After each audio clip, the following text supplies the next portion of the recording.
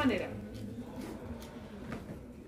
Comte, recuerden que, y esto es importante para la psicología, reconoce que toda disciplina tiene su propia metodología. Reconoce que toda disciplina, entonces, o todas formas de hacer ciencia puede ser independiente. Por lo tanto, podemos tener una ciencia de lo biológico, una ciencia de lo físico, o de las matemáticas, una ciencia de la química, una ciencia de la mente. Descartes, en cambio, va a decir que solamente puede haber una ciencia, y es una ciencia universal. ¿Ya? Por lo tanto, si Comte abraza la multidisciplina o la pluralidad científica, Descartes no. Va a decir que solamente hay una forma de hacer verdad o certeza. Recuerden además que para Descartes la certeza y la verdad es a través de la razón. Para Comte es radicalmente a partir de la observación de las cosas físicas. Recuerden que Descartes, cuando él decía cómo conocer el mundo, la única certeza es a través de la razón. Acuérdense de la idea de Descartes de que él se aleja, digamos, del mundo, precisamente porque el mundo material es engañoso. Para Comte es totalmente lo contrario. Exacto. Tu propio cuerpo también te engaña. Para Comte no. Es a partir de la observación de las cosas que yo puedo conocer. Hagamos entonces un pequeño ejercicio. Y aquí quizás vamos a ir llenando algunas cositas. Las diapositivas ustedes ya las tienen. Pueden revisarlas cuantas veces quieran. La materia sí específicamente no se las voy a repetir porque los mataría de sueño. Pero hagamos un ejercicio. Vamos a ponernos en la posición de cada uno de estos autores o cada una de estas lecturas. Y en realidad tema pueden elegir cualquiera, pero yo creo que el tema más contingente en los últimos 2 años del COVID. Así que les propongo que hagamos un pequeño análisis justamente de cómo sería una lectura positivista respecto a la noción del COVID. ¿Sí? Hola. No sé si se acuerdan cuando partió la pandemia, hubo hartos movimientos antimascarillas y antivacunas. ¿Sí? Ya bueno, todavía hay algunos movimientos antimascarillas y antivacunas. O sea, los antivacunas en realidad todavía existen. ¿Sí? Mientras hayan vacunas, no van a estar de acuerdo con ellos. Antimascarillas quizás ya no tanto porque los países cada vez abren más las posibilidades de sacarse la mascarilla. ¿Ya? Si yo entonces fuera un positivista, primero, ¿cómo entiendo lo que es el COVID? ¿Cómo entiendo la verdad respecto a lo que hace el COVID?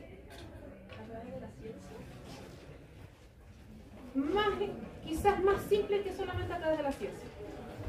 Como de ver lo que pasa, por ejemplo. Observar. Observar los síntomas. Claro. Entonces, vamos por acá.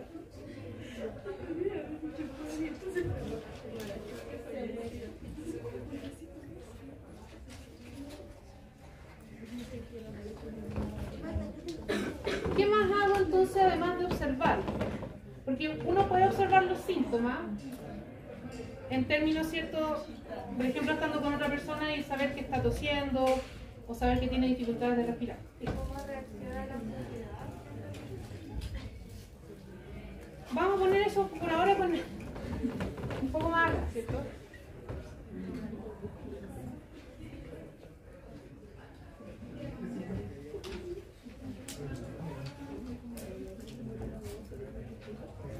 Lo voy a dejar en stand-by por mientras, ¿sí? Porque igual es relevante considerar eso. ¿La experiencia propia? La experiencia propia también es relevante, pero la experiencia propia, recuerden que deriva en este caso de la observación.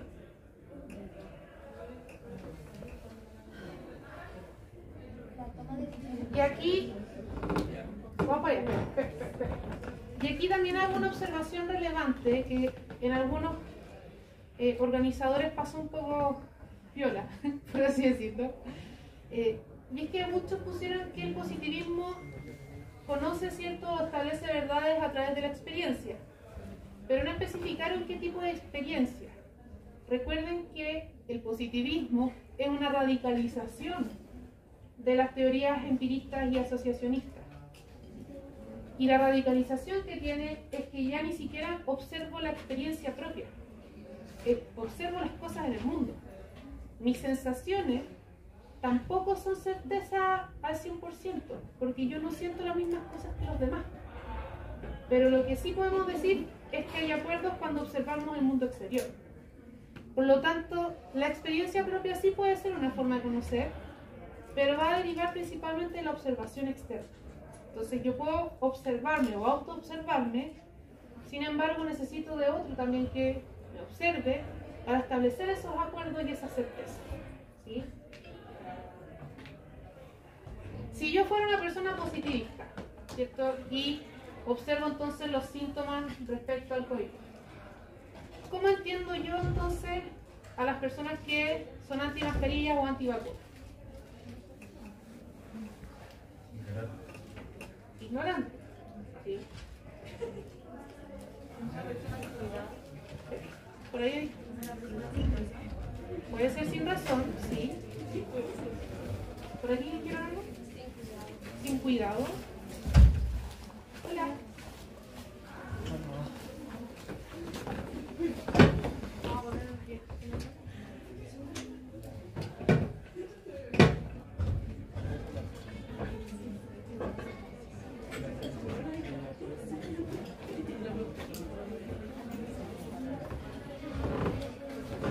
El tema de sin razón es bastante interesante porque hasta el momento, recuerden que hicimos la lectura del racionalismo que hablaba de la razón y después nos desplazamos hacia el aspecto más bien corporal, el aspecto más bien material. Y sin embargo, la materialidad nos vuelve a hablar de que aún se mantiene un sin razón. Aún hay algo, ¿cierto?, que da cuenta de que las personas tengan o no un orden lógico. Lo que me hace entonces dudar, a mí particularmente, de que es cuando hablamos de la otra persona, ¿cierto?, del uso de la razón, que parece que existe la mente. Pero recuerden que conté, la mente no existe. La mente es lo que observamos, es nuestro cuerpo. Por lo tanto, pregunta ahí para análisis y discusión. ¿Ustedes creen que podamos entender la mente a partir de lo que podemos observar de los otros? ¿Por qué no? No podemos ver la mente.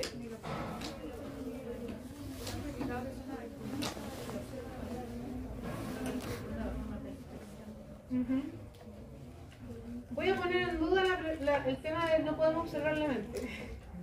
¿Sí? Yo creo que sí se puede. ¿Por qué? Tal cual como observando el comportamiento repetitivo y patrones que tenga la persona. Es bien interesante porque aquí tomaron temas bastante, yo creo que al mismo tiempo dialogan y discuten muy bien. Sí, podemos tener certeza o podemos dar cuenta de cómo es una persona a partir de sus comportamientos. Lo hemos observado y lo hemos estudiado y lo hemos establecido incluso con categorías diagnósticas. ¿Sí? Pero al mismo tiempo, y ahí quizá el punto que se mencionó, ¿cierto?, en relación al pensamiento.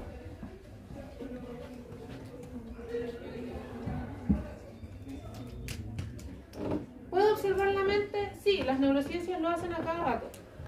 Y de hecho el plus que tiene las neurociencias es que han ido derribando cada uno de los conceptos que hemos desarrollado como disciplina. O sea, nosotros estamos viendo a Comte ahora el positivismo, vimos a Descartes hace 500 más años, seguimos reproduciendo ideas de Descartes y las neurociencias están desarrollando conceptos nuevos cada 5 años. Entonces la psicología en términos, si quisiéramos decirlo, científicos, está súper obsoleta con sus conceptos, no en su quehacer. Su quehacer está sumamente vigente. Podemos observar la mente. Yo puedo decir qué hace un canal neuronal específico. Si ustedes por algo tienen el ramo de neurociencia, no lo tomen ahí como cualquier cosa. Yo sé que es difícil, pero precisamente les da a entender o trata de traducir en términos físicos algo que nosotros hemos desarrollado en términos filosóficos. Tomando entonces en consideración la idea, ¿cierto?, del otro como ignorante, en lugar desde el positivismo, ¿cierto?, en que yo digo, bueno, la certeza está en la observación, y aquellos que no responden a la certeza, ¿cierto?, son ignorantes, no tienen razón. Ahí retomo lo que usted menciona en relación a lo social, ¿sí? Porque el positivismo no solamente se aplica en términos, ¿cierto?, individuales, no solamente se aplica en términos de cómo hacer ciencia, se aplica también en términos de cómo yo puedo observar lo social. Y ahí, recuerden, el mismo PPT lo dice, hay una sociología científica, hay leyes, ¿sí? Entonces, tomando en consideración el tema del positivismo, ¿qué es la psicología aquí? Ya dijimos, ¿cierto?, que no es una ciencia.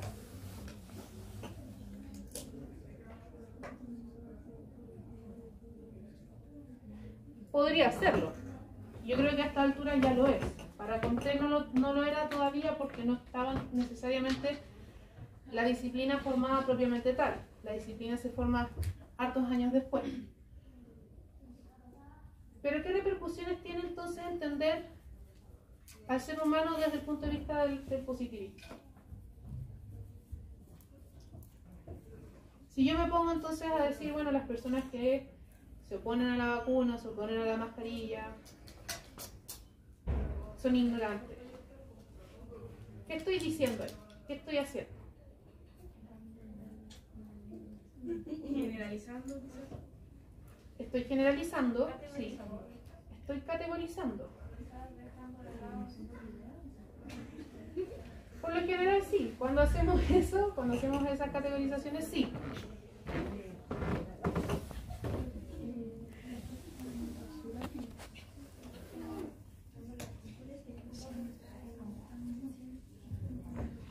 No necesariamente es algo que entre directamente en la evaluación, pero creo que es relevante hacer el link.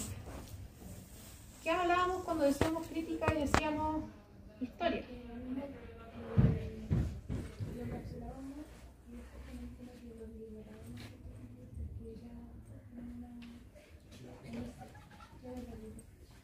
En el caso del positivismo, cuando hablamos de categorizar, estamos hablando del ejercicio, ¿cierto?, de cerrar. Entonces, cuando yo digo, ¿cierto?, esto de acá, en términos de categorización, estoy determinando.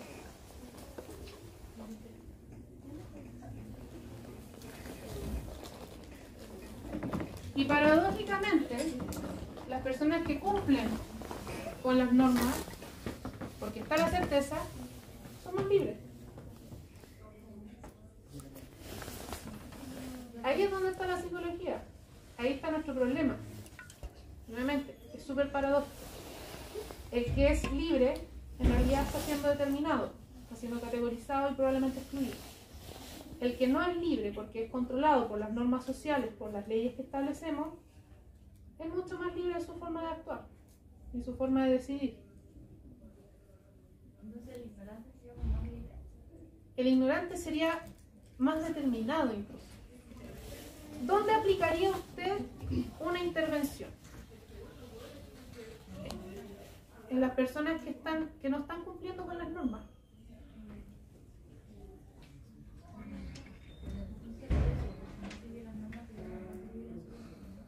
¿Cómo?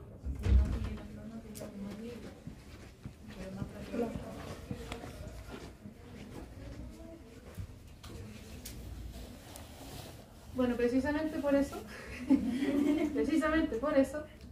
es que era tan importante la primera unidad. Porque justamente lo que vamos a observar, incluso en el positivismo, que trata de ser sumamente radical en términos de leyes, o en normas, ¿cierto?, sociales, en realidad esa lógica de determinismo y libertad lo único que va a ir generando es no necesariamente sujetos determinados, sujetos más libres que otros, sí un campo de observación que a nosotros nos permite entonces dividir y categorizar. Entonces, si aplicamos positivismo, ¿cierto?, a la sociedad actual, a esos movimientos, podríamos estar generando entonces una forma de control basándonos en Los regímenes de verdad. ¿Sí? Ahí se le unió todo. Sí. ¿Y quiénes avalan esos regímenes de verdad? Comte, todos los que aplicaron el positivismo y todos quienes aceptamos el positivismo como una forma válida de conocer. Entonces, ¿por qué yo les hacía énfasis en el aspecto ético? Porque puede ver que aquí en este momento a alguien que el positivismo le haga mucho sentido. Y eso es válido. Pero hay que poder defender, bueno, ¿qué estoy produciendo con ese positivismo?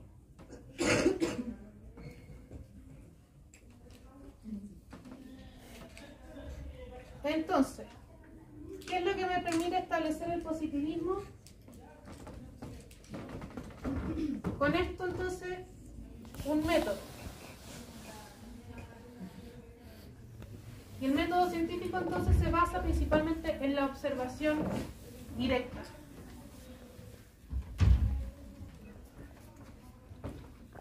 Me permite, entonces, también establecer una forma de orden social.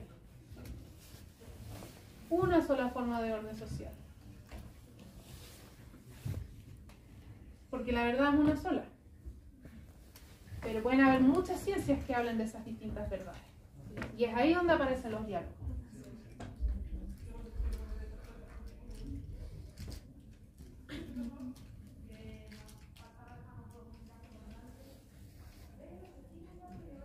Me voy a saltar a estos caballeros. Porque les dije que no voy a preguntar específicamente sobre estos caballeros. Quizás lo más específico, entre comillas en realidad, es preguntar quiénes los fundamentos iniciales. Pero más allá de eso, no hay nada muy específico. De esto tampoco hay algo muy específico. No les voy a preguntar específicamente qué es la variación de las, no sé, de las variaciones, qué es la adaptación, etc. Es de alternativa y desarrollo. Tiene unos desarrollos breves, pero bien cortitos. Preguntan muy al hilo.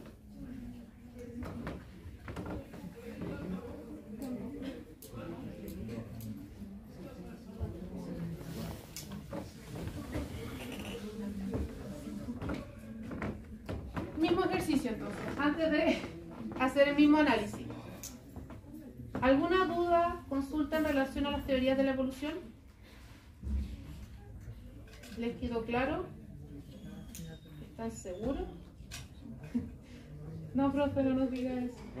A mí me gustaría que me dijera usar una definición específica de selección natural y de selección artificial. Ya. Que como que en el texto lo explican de otra forma, pero siento que igual usted lo podría haber. Lo que pasa con el texto de Darwin, primero, es un capítulo el que no es el libro entero. Por lo tanto, la idea de selección natural no va a quedar al 100% clara. Sí hay un aspecto bastante relevante previo a entender la selección natural. Y es entender qué es la naturaleza o qué es lo natural para Darwin. ¿Qué es lo natural para Darwin? Por lo que leí en el capítulo, Sí. lo natural se podría decir es algo que se da con el tiempo de forma prolongada, como el proceso de cambio o de adaptación.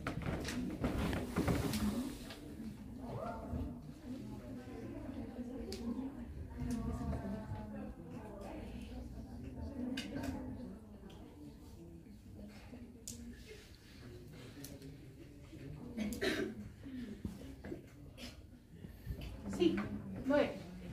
Pero más específico, o incluso ni siquiera necesariamente de Darwin, yo creo que en términos mucho más generales. ¿Qué caracteriza algo natural? ¿Cómo? No es creado por el humano.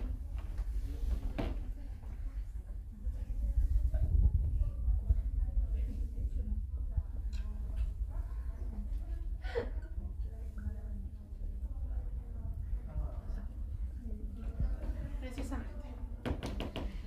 Junto a eso yo voy a añadir que este proceso, ¿cierto?, de cambio sin intervención humana supone más bien una cadena de acciones.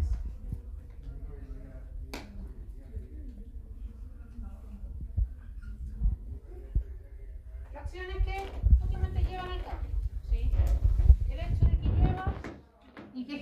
entonces que alguien busque refugio, es una cadena de acción. Si yo busco refugio y no puedo salir de la lluvia, probablemente no voy a tener alimento. ¿Qué tengo que hacer? Buscar alimento o adaptarme a otra forma de alimento, por ejemplo. Y así sucesivamente.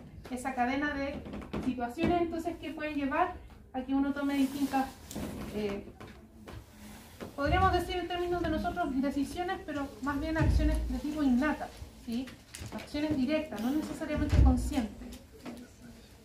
Si entendemos entonces lo natural, ¿cierto? En este término, este proceso, la selección natural es precisamente el modo en que sin intervención humana, ¿cierto?, se puede entonces seleccionar, tampoco conscientemente, sino más bien a partir de las acciones y los resultados de esas acciones, distintas variables o distintos aspectos genéticos que me van a poder favorecer a mí, mi adaptación en cierto entorno. Entonces, por ejemplo, de hecho esto fue muy interesante.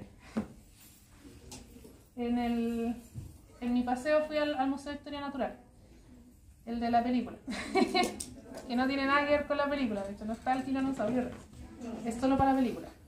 Pero había muchos dinosaurios, muchos huesitos.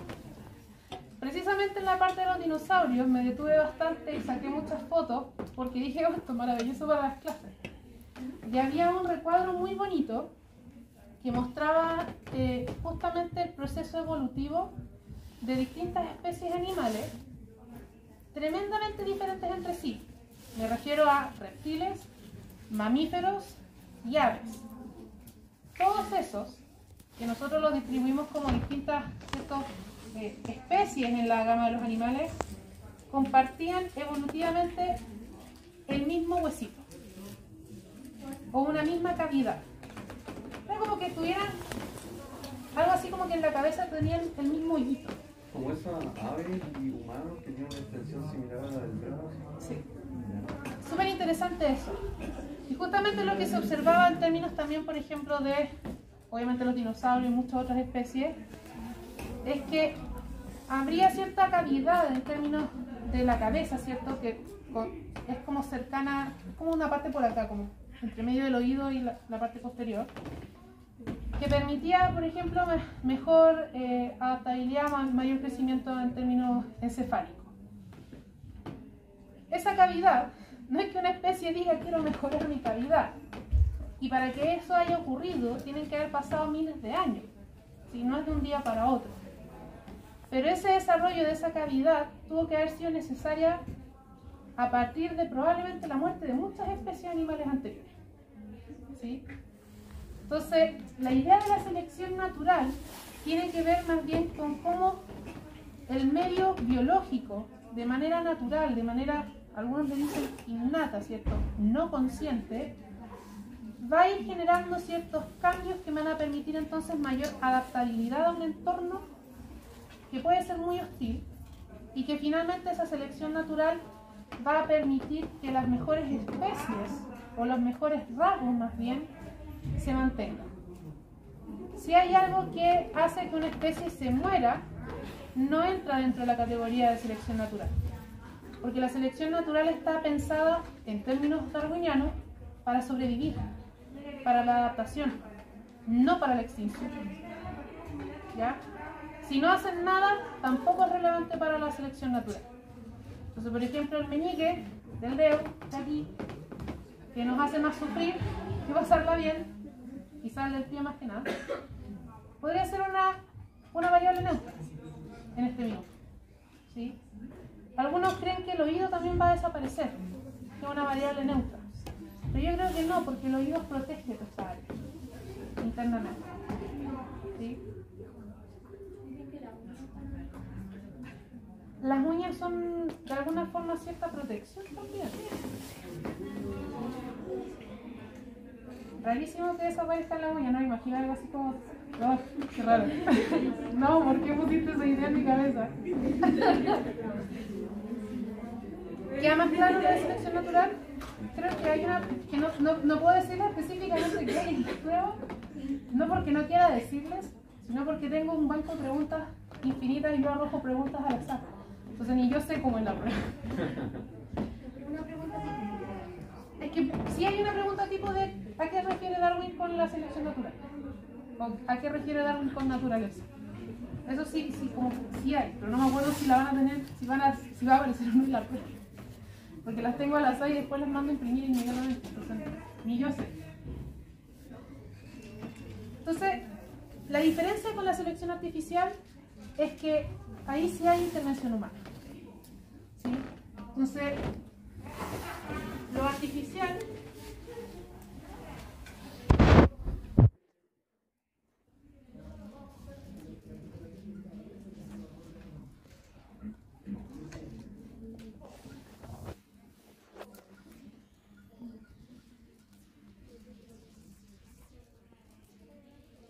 aquí hay un problema filosófico, diría yo. Yo recuerdo que mencionaba algo sobre que el humano buscaba un beneficio. Sí. Recuerden que Darwin, cuando hace su estudio, ¿cierto?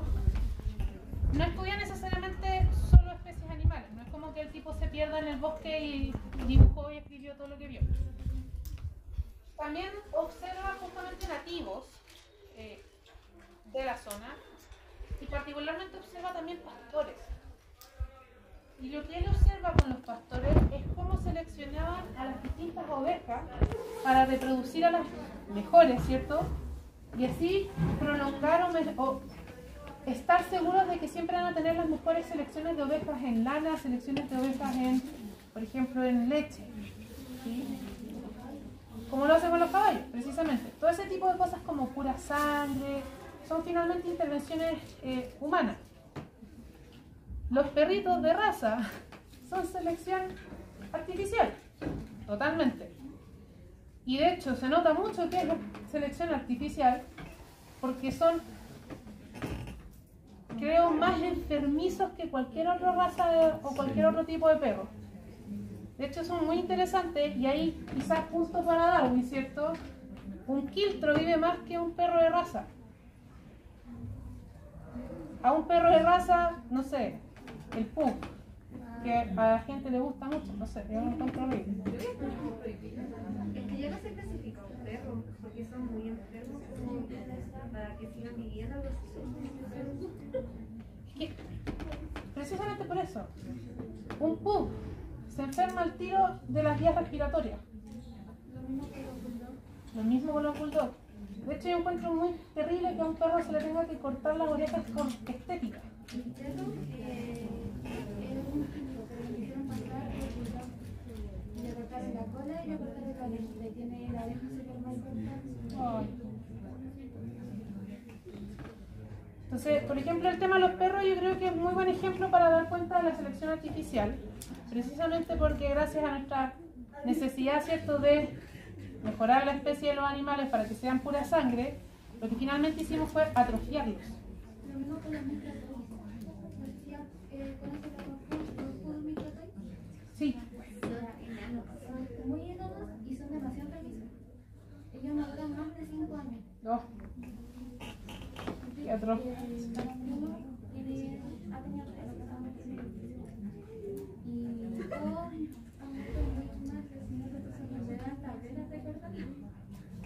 Yo no tendría eso. Es rarísimo. Bueno, si ustedes ven como fotos de la raza de los perros de hace 100 años, son muy diferentes. Muy, muy diferentes. Y es por eso también que genéticamente, esto es muy interesante, una vez que uno lo aprende como que después igual es raro.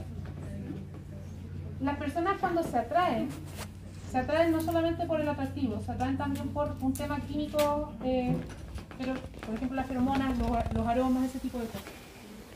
Y las personas que son con sistemas inmunes y genéticos muy diferentes, suelen, si se unen, el hijo, hija, lo que sea, va a tener mejor sistema inmune que personas que tienen sistemas inmunes similares. Entonces, por ejemplo, una persona muy enfermiza podría ser eventualmente que tenga padres con una genética más o menos similar o con similares como condiciones inmunológicas. ¿Sí? Lo cual es bien interesante. ¿Por qué surge la idea de la escuela de chancho? ¿Por qué no se puede uno tener relaciones incestuosas directamente? Por tema evolutivo. Si mantenemos ciertas relaciones incestuosas para preservar la sangre, ¿cierto? Finalmente lo que vamos a estar haciendo es repetir ciertas variables que no necesariamente son las que nos permiten mejor adaptabilidad en el entorno. Sí.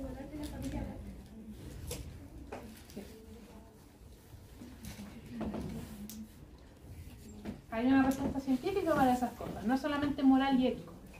Ahora, ¿de que repercute en lo moral y en lo ético? Sí. Y bastante. ¿Sí? Entonces, cuando hagan esa distinción entre lo natural y lo artificial, recuerden a los perritos quiltros y a los perritos de raza. Creo que es una muy buena forma de hacer la asociación. Los quiltros viven más, los quiltros tienen mejores condiciones, responden mucho mejor a distintos tratamientos. Los perritos de raza tienen poca línea de tiempo, viven poco, se enferman muy rápido y además no se enferman cualquier cosa, se enferman de cosas muy específicas.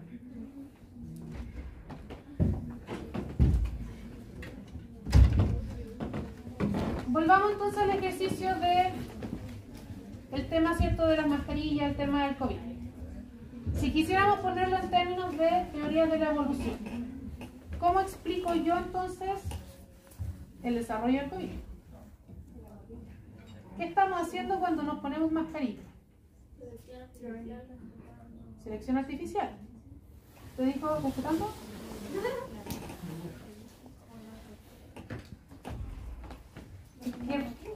Sí.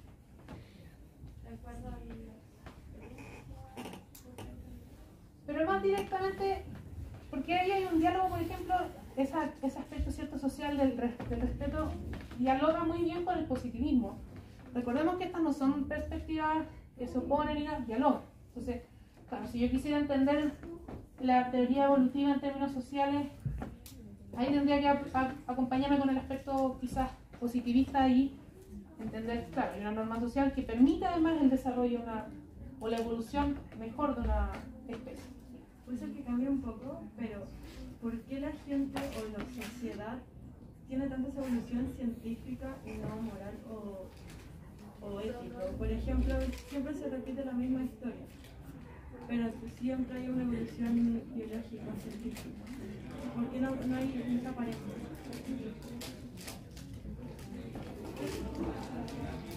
¿Podríamos decir que la moral tiene que evolucionar? A veces sí, a veces no, o sea,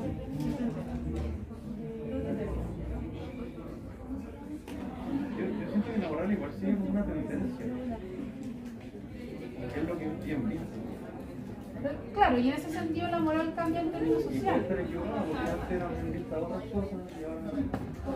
por el ejemplo que yo me refería, como que, porque siempre a lo que se repite, que si uno, ejemplo quiera, si uno dice ya, estamos más como hay que hacer las cosas más frías, más civiles, por ejemplo, pero si uno revisa la historia y mira para atrás, se repite el mismo patrón, pero científicamente siempre evoluciona. Siempre hay cambios, como el ejemplo que lo cambié un poco. No, entiendo tu punto, de hecho es bastante interesante. Ahí quizás habría que entender que hay distintos niveles evolutivos y quizás estamos aplicando mal el concepto. Pero una aplicación que en realidad ocurre en términos transversales a nivel científico, porque la evolución de Darwin hablaba específicamente de las evoluciones de las especies. No hablaba necesariamente de la evolución en términos sociales, en términos cómo vamos avanzando y desarrollando. Y en ese sentido, el aspecto evolutivo del ser humano, que claro, tiene moral. Pero lo que hemos observado es que la moral no es necesariamente bien aplicada en todos los momentos. Un poco podríamos decir que es lo bien aplicado. Entonces, quizás ahí la primera observación es entender que cuando hablamos de teoría de la evolución, no es necesariamente aplicable al aspecto sociomoral. No, porque los conflictos en sí son morales. Claro, ¿sí? Y no necesariamente habría que entender, y esto es un problema en general también de la psicología. Si recuerdan aquí cuando hablamos de la historia, una historia positivista lineal, ¿cierto?, que también podría ser entendida desde la evolución, va a entender que el ser humano siempre va a estar evolucionando para mejor. Y cuando es algo para mal, está involucionando. Sí, porque aquí puede ser que no me mezcle un poco, pero es que una conversación que tuve este año, sacamos el tema del cambio climático. Y yo le dije a esa persona que, claro, lo malo y todos los puntos de él, y me dijo ya, pero tú no crees que como que el mundo en sí igual puede evolucionar gracias a eso. Yo le dije, pero dime tu punto, ¿por qué? Me dijo, ejemplo, onda, cuando ya los dinosaurios existieron, ya el odio, lo que sea, ya murieron, pero salieron nuevas especies. Me dijo, con este cambio climático anda puede pasar que antes existían elefantes chicos, ahora pueden existir elefantes más grandes. Me dijo que porque la especie van evolucionando y van adaptándose. Pero yo lo encontré como igual poco posible. O sea, no es tan poco posible. Técnicamente lo que ocurrió con los dinosaurios fue un proceso larguísimo también de cambio climático. Solo que no intervenido por los seres humanos, no existía. Entonces, técnicamente podría haber vida después de la destrucción masiva que hemos generado en nuestra especie. Quizás no van a haber humanos, van a haber otras cosas. No sé. Porque era como el cambio climático, como lo generamos así los humanos y los seres como eso, ¿no? Como Tomando eso, el año pasado en clase también tomamos un tema muy parecido. Y no me acuerdo qué niño decía que los humanos con esto ya no necesitan tanta agua como la necesitaban antes. Es muy raro, no tengo idea cómo llegó a eso, pero eran como que las niñas no necesitan tanta agua como la necesitan. Lo mismo con las plantas, para tomar como falta de agua. Es bien interesante su aspecto, porque claro, quizás lo que ahí comentas tú es bastante hipotético, pero podría llegar a pasar, ¿sí? No puedo tener certezas al respecto, pero tampoco creo que pueda dudar mucho porque ya pasó. porque todo depende. Sí, no, y finalmente en términos, o sea, si así está ocurriendo en este planeta, imagínense cómo está ocurriendo en otros planetas que todavía no conocemos. ¿Sí? No nos vayamos en esa hora. Pero entiendo en todo caso el aspecto moral, me parece que es bastante relevante. Yo en muchas ocasiones pienso que soy súper inmoral para mis cosas. Y quizá la evolución está ahí, no sé, en dejar de ser tan moral. Pero creo que también tiene que ver con un aspecto ideológico, y ahí entender que de dónde viene la moral. Y viene de un lugar sumamente patriarcal. ¿Sí? Entonces la evolución está en nuestras manos, chiquillos. No lo sé. Sí, pero podría serlo. Sí. Sí, totalmente. Me encantó el tema, pero centrémonos un poco para, antes de salir al recreo, ¿cierto? Entonces, si yo hiciera, y esto pasó, no sé si ustedes lo leyeron, yo veo harto Twitter porque de repente hay hartas cosas entretenidas, pero en Twitter se hablaba harto de que el COVID iba a ser una muy buena forma de selección natural.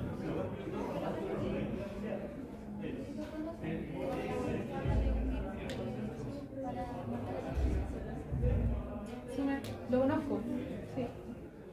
Eso es bien interesante porque nuevamente se cruza con el tema de la moral. Si nosotros entendemos que el COVID, ¿cierto?, es una forma de selección natural, ¿quiénes murieron? ¿O quiénes han muerto más? Las personas pobres. ¿Sí? En ese sentido, ¿es tan natural? Para nada. El COVID, yo diría, es otra forma más de beneficio para aquellos que tienen salud y de finalmente segregar a quienes no tienen salud. Entonces, si quisiéramos ponerlo en términos evolutivos, y esto igual es interesante, está bien que haya aparecido este tema, sí o sí se nos va a cruzar con lo que estábamos mencionando, con la moral, la economía, la política. Sí o sí se nos cruza con eso, queramos o no. Y por eso entonces yo les ponía, ¿cierto?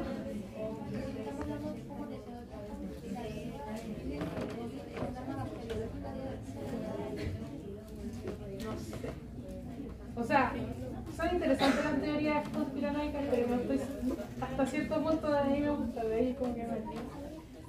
Es que hace mucho tiempo se están desarrollando estas técnicas, desde la Segunda Guerra Mundial. Sí, pero eso vamos a pasar a otro punto. Entonces, recuerden cuando hablábamos de la teoría y de las consecuencias. Esto también sé que me acuerdo de las preguntas, ¿verdad? Primero, recuerden que la teoría, ¿cierto?, del darwinismo social no es de Darwin, la desarrolla Spencer. De hecho, hay un video en YouTube que era súper, que lo estaba viendo para mostrárselo, era muy bueno. Hablaba del darwinismo, de toda la cuestión, y se cayó en decir que el darwinismo social lo inventó Galton. Oh, no, conmigo. Está mal. Recuerden entonces, y esto sí es relevante, que debido a que se cruza con esto, hay ciertas consecuencias bastante relevantes en la aplicación de la teoría de la evolución. La teoría de la evolución no es una teoría negativa necesariamente, no es una teoría mala, no es una teoría que tenga malas intenciones. Quienes tienen malas intenciones son los científicos que aplican esta teoría en ámbitos generales que no tienen que ver con la evolución, que no tienen que ver con lo genético.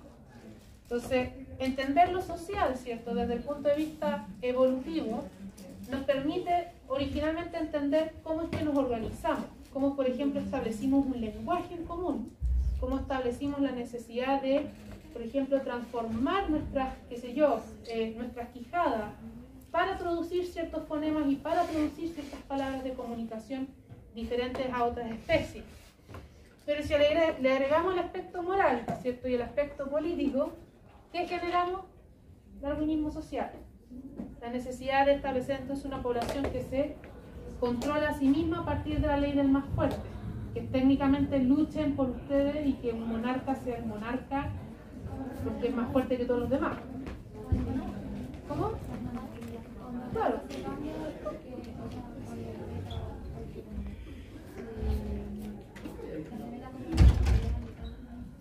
Exacto.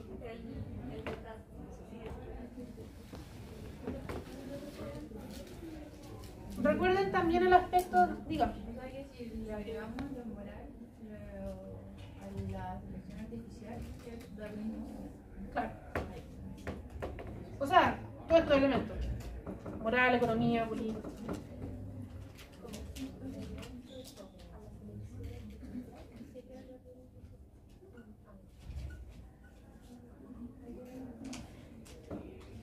Recuerden también ahí que yo les ponía en términos de la inteligencia que para Darwin no hay mucha diferencia en términos del ser humano con los animales en relación al concepto de inteligencia.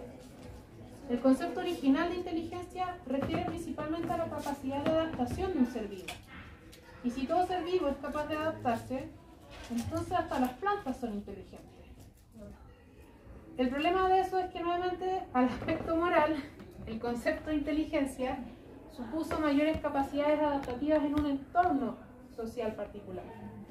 Responder a normas de educación, responder a saberes que por alguna razón son los saberes que ustedes debieran manejar. Maneras, formas de hablar, por ejemplo, dar cuenta de lo relevante, de lo menos relevante en términos sociales.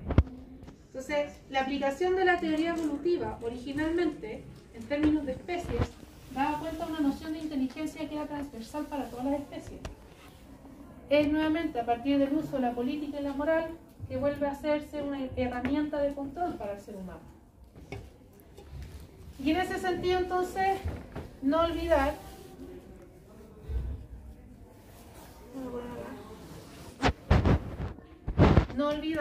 lo que hablábamos al inicio del curso.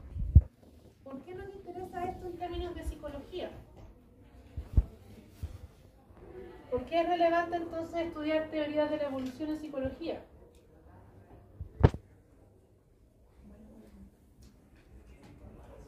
¿Se les ocurre?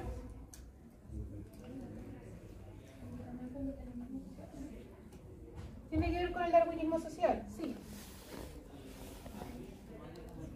Porque la psicología es esto. Ahí está la psicología. Cuando proponemos el problema de lo moral, ¿dónde está? en quienes decimos que es normal y anormal. ¿Sí? Ahí está la psicología. Entonces todos estos aspectos tienen que ver con normalidad o anormalidad.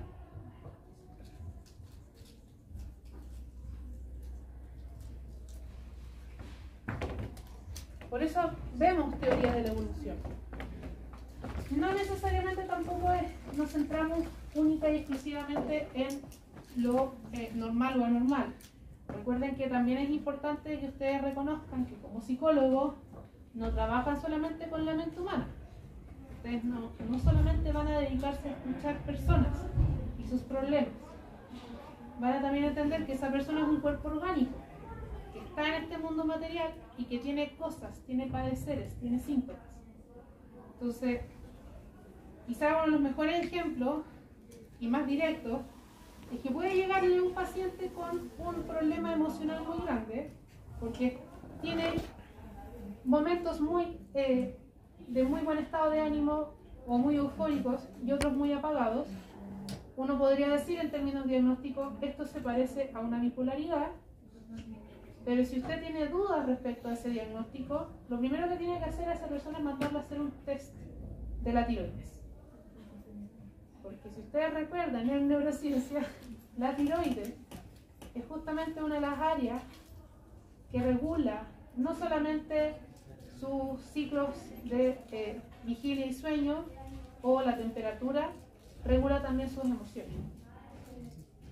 Entonces, muchas veces nos pasa en terapia que tenemos pacientes que son más problemáticos de lo que podría llegar a serlo en términos narrativos o en términos de sus problemas conversados, ¿cierto? Y se puede ver porque tienen problemas en términos físicos. Una vez yo estuve con una charla con una psicóloga como vocacional y contó que en una terapia tenía dos parejas que tenían como muchos problemas y no se escuchaban. Y al final solo era porque no escuchaba, porque me faltaba la audífono. Era solo. ¡Wow! Pero pasa mucho. Entonces, en términos, cuando hablamos del término, entonces para aterrizar y aquí cerramos cierta teoría de evolución, ¿por qué es importante para la psicología? Más allá, ¿cierto?, del tema moral, el tema histórico, de cómo entendemos lo social y cómo traspasamos la noción de la evolución como si fuera algo universal, nos sigue siendo bastante relevante para entender entonces que somos cuerpos orgánicos que también hemos estado en proceso evolutivo, hemos estado en proceso de desarrollo y por lo tanto también hay cosas que observar ahí. Por eso también es importante ver la historia familiar, ver los aspectos genéticos, por ejemplo, ¿sí?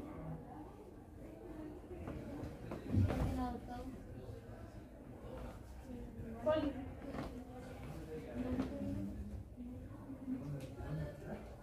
El tema de la adopción en realidad nuevamente pasa por los aspectos más morales, no tanto por los aspectos biológicos.